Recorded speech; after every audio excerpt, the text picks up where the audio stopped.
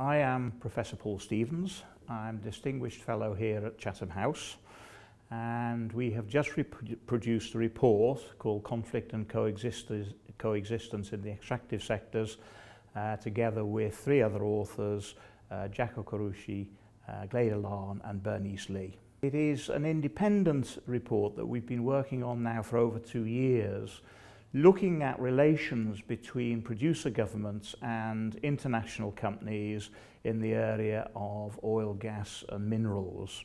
And the research was prompted by the observation that conflict between governments and companies seems to be on the increase, despite the fact that if you go back to the 1990s, the conventional wisdom said these sorts of disputes would be over.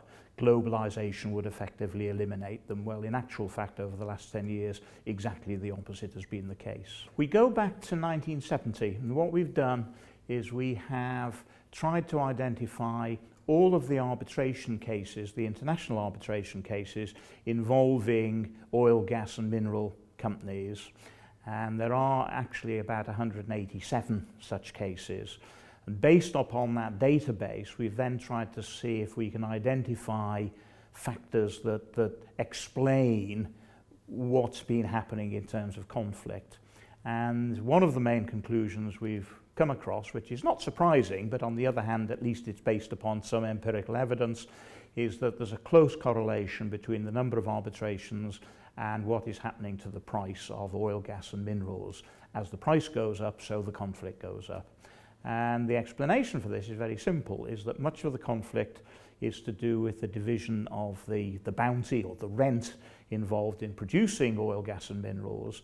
And the difficulty is there is no objective measure to identify a fair share. The division is based upon relative bargaining power, and relative bargaining power changes over time and between different circumstances.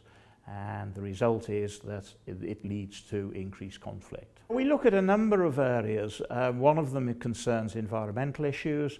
Another very important factor in many countries is the attitude of local communities to what's going on. Very often you find that the agreement is between the company and the central government, but at the same time you have regional interests, regional governments that often feel left out of the process, and this adds to the tensions and the prospects for conflict. The report concludes that trying to manage these conflicts is extremely important. It's important for the governments, who in many cases are dependent upon these projects for the resources for their development. It's important for the companies because very often they find that they've invested money which then effectively becomes stranded, so you've got a lot of investment in limbo. And it's also important for markets because in some ways if the conflict is not managed, this threatens future supplies of oil, gas and minerals. The report comes up with some recommendations and suggestions as to how you might manage the conflict.